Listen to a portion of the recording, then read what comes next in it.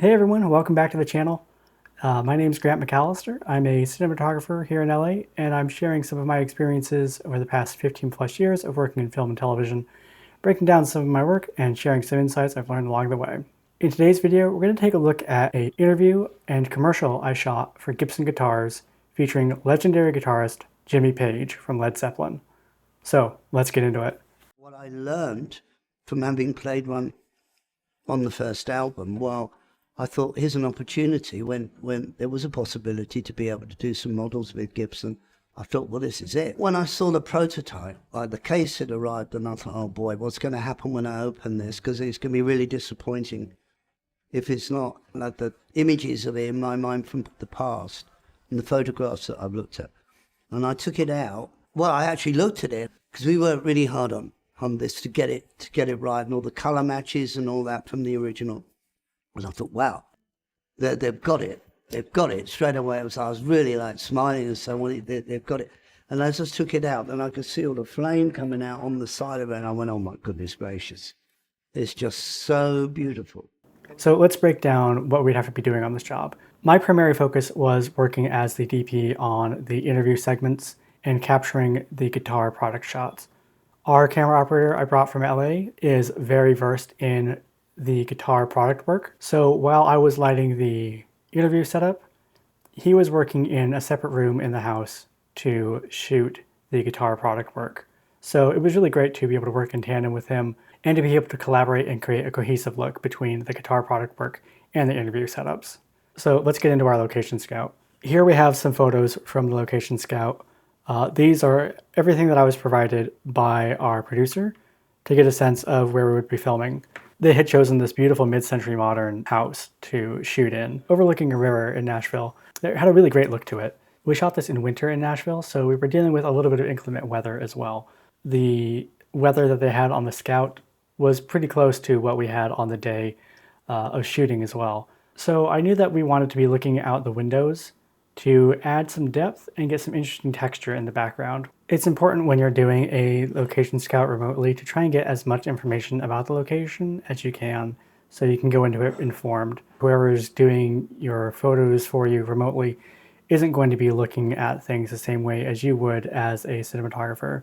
So as much information as you can get in advance to figure out where the sun path is going to be and everything that you might need to know as a DP, that's really invaluable. One somewhat difficult thing about this location is the fact that we are going to be looking out towards these windows. That means that we're going to have to balance for the exterior exposure level and balance out our interior lighting levels to match so that the exterior isn't blown out, as we wanted to be able to see detail out that window to add some depth and texture. So I had to build my lighting list accordingly. I worked with a local gaffer in Nashville to build out a list of lights based on what he had available in his package. So let's get into the lighting for this. After talking with the gaffer and figuring out what equipment he has available and looking at the location scout photos provided by the production, I built out the location in set light and started to rough in our lighting. This is the lighting breakdown I sent to our gaffer. It includes a list of units we'd be using, our overall lighting approach, camera placement, an overhead lighting diagram, a 3D lighting diagram of the set, and a still frame from the wide shot. My initial plan, based on the idea that it may be sunny and we'd have to balance for a higher exposure level outside, was to have an Arri M40, which is a 4K light, as our key light. That would be hitting the background, adding some ambient fill, and it would somewhat key our talent. This M40 would primarily be adding accent to the back wall and adding ambient fill to the room overall. I requested to have some cuts of half CTO and quarter CTO on standby as well to help warm up the light, as I really wanted to highlight some of the warm tones in the location. Additionally, on the outside of the house, shooting through the windows, I had an Arri M18 placed outside. That was going to be adding a hard slash of light onto our subject, as well as accenting the guitar that we'd be showcasing next to him. Inside the house, to wrap around our light from the M40, we had an Aputure 600X that we shot through an 8x8 half-grid diffusion cloth. Not necessarily knowing the exact dimensions of the house, I opted to have an 8x8 and a 12x12 frame of diffusion on standby I typically try and go with the largest diffusion frame that I can, as that adds more softness and wrap to the light. However, once we got there on the day and saw the size of the space, an 8x8 frame was what we had to work with. In addition to the Aputure 600X as our key light, I wanted to have another light on standby, whether that was a second 600X or a cream source Vortex 8. That would act as sort of a fill light to help wrap around our key if the 600X through the diffusion cloth wasn't providing enough output. Our last bit of lighting we planned was having a Filex Q5 tucked behind the couch as an edge light to help separate the subject from the background and give a little bit of a color contrast to our key light. And that was the initial lighting plan. We shot the video on Canon C500mkIIs and Canon CN-E lenses. These cameras are ones that Gibson has in-house, so we use them pretty frequently on these kinds of shoots. And I'm really impressed with them. They have a great color science, a good look, and they're really clean if you have to shoot at higher ISO. So let's take a look at some of the frames that we had planned for our interview setup here. The A cam was going to be on a 24mm. Our B camera was getting sort of a wider profile on a 35. We had our C camera on a 135 getting a close-up profile shot.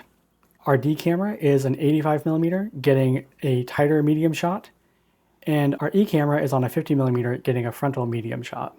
So with our gear ordered and our lighting plans made, it was off to Nashville. Here's a couple of photos from my trip to LAX. It was a beautiful foggy morning here. The marine layer had come in and created some really gorgeous fog, and I just took some of these photos on the way to the airport. It made for a pretty dramatic exit from LA. Here I have just a couple photos of the plane and leaving LA.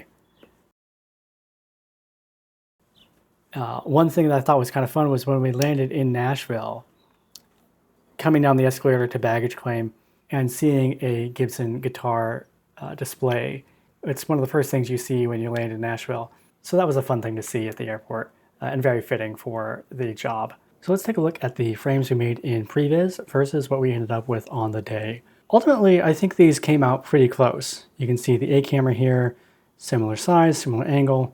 Same with our B camera, C camera, everything matches up pretty closely. The one thing that might stand out to you is the fact that our subject is not sitting in the couch like we had in our previous frames. We had built out our lighting on the day for a subject sitting in the couch and dialed in our levels and lights to that. This is one of the things that will often end up happening to you, especially in a documentary setting, where your lighting is going to have to change based on the subject's needs. You know, you can do all this planning in advance and you can light on the day with your stand-ins to a certain angle and certain lighting setup. Once your subject arrives, they're going to have preferences that don't necessarily match up with what you had in mind for your lighting. In this instance, we initially had our subject sitting on the couch, but that ended up being a little bit too low for him to play the guitar in, as after the interview there was going to be a little bit of a performance segment of Jimmy Page playing this signature guitar model. We could get some footage of him playing that, as well as just some of his reactions playing this reissue model of his guitar. He tried sitting on the couch and playing the guitar, but it was just a little bit too awkward, and he ended up having to sit a little bit too far back and a little too deep in the couch for that to be a comfortable playing position for him. So we made the decision to move him into a chair that we would place sort of just in front of the couch, which wasn't ideal from a lighting standpoint because we had set everything up to work, with this specific framing. Of course, I wasn't going to tell Jimmy Page, no, you have to sit in this couch and play the guitar here because that works better for my lighting. Like, of course, that's not that's not the way to handle that situation. So I said, that's great. That's going to work perfectly. We'll move this couch back a little bit, move the chair in, roughly to that position, and give me just a couple minutes to make some tweaks to the lighting and get that dialed in. And ultimately it worked out really well. We still had a similar look, same general principles. Just it was a little bit different than what I had planned, going in prep, and had lit for on the day. So I think that's one of the most important things, most important skill sets you can have as a cinematographer, is being able to pivot and pivot quickly. So yeah, that's one of my favorite parts of the job, is being able to come up with these solutions on the fly and still getting great results. So let's get into the lighting for this. So now that we've seen the before and after comparisons of the Pre-Vis frames to our final captured frames, let's take a look at the actual lighting plan that we ended up working with. On the day of shooting, it was very rainy, so we ended up not needing to really balance out the exposure outside as much as I had thought, given that it was so dark and overcast and stormy. While that didn't make for the best conditions to be shooting in and lighting in for the exterior, it did make our work inside much easier, as we weren't going to have to try and balance out a very bright exterior with the interior lighting. For our key light, we had the 600X through a f10 Fresnel at about 50%. That was shooting through our 8x8 diffusion. You can see here we've blocked off some of that with a 4x4 floppy just to control some of the level on his body. So it was only adding the softness really to sort of his face there. On the exterior, you can see we have a 4x4 diffusion frame adding a little bit of softness to the background while giving us that harder cut of light that's hitting the back wall. We also used a existing practical lamp that was on location to work overhead as sort of a top light on the guitar, as well as a little bit of an accent on the background. Additionally, we had a Litemat 2L that we placed as our backlight, and we had that on a menace arm to keep the stands clear of the shot in the wide. That acted as our backlight, which worked a little bit nicer than the Q5. We did try that on the day, but it was a little bit too hard and the angle wasn't quite right with it coming from below the couch. And I think initially we had a control grid on it, but the issue then became we were seeing some of that control grid in reflections on the guitar while he was playing it. So we had to pull that off and accept that there was going to be a little bit of spill from that,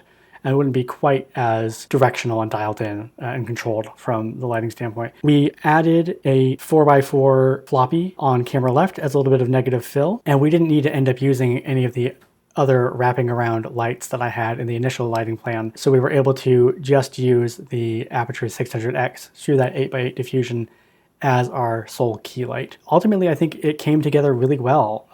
I'm really happy with the results, and the guitar capture that we got at that location.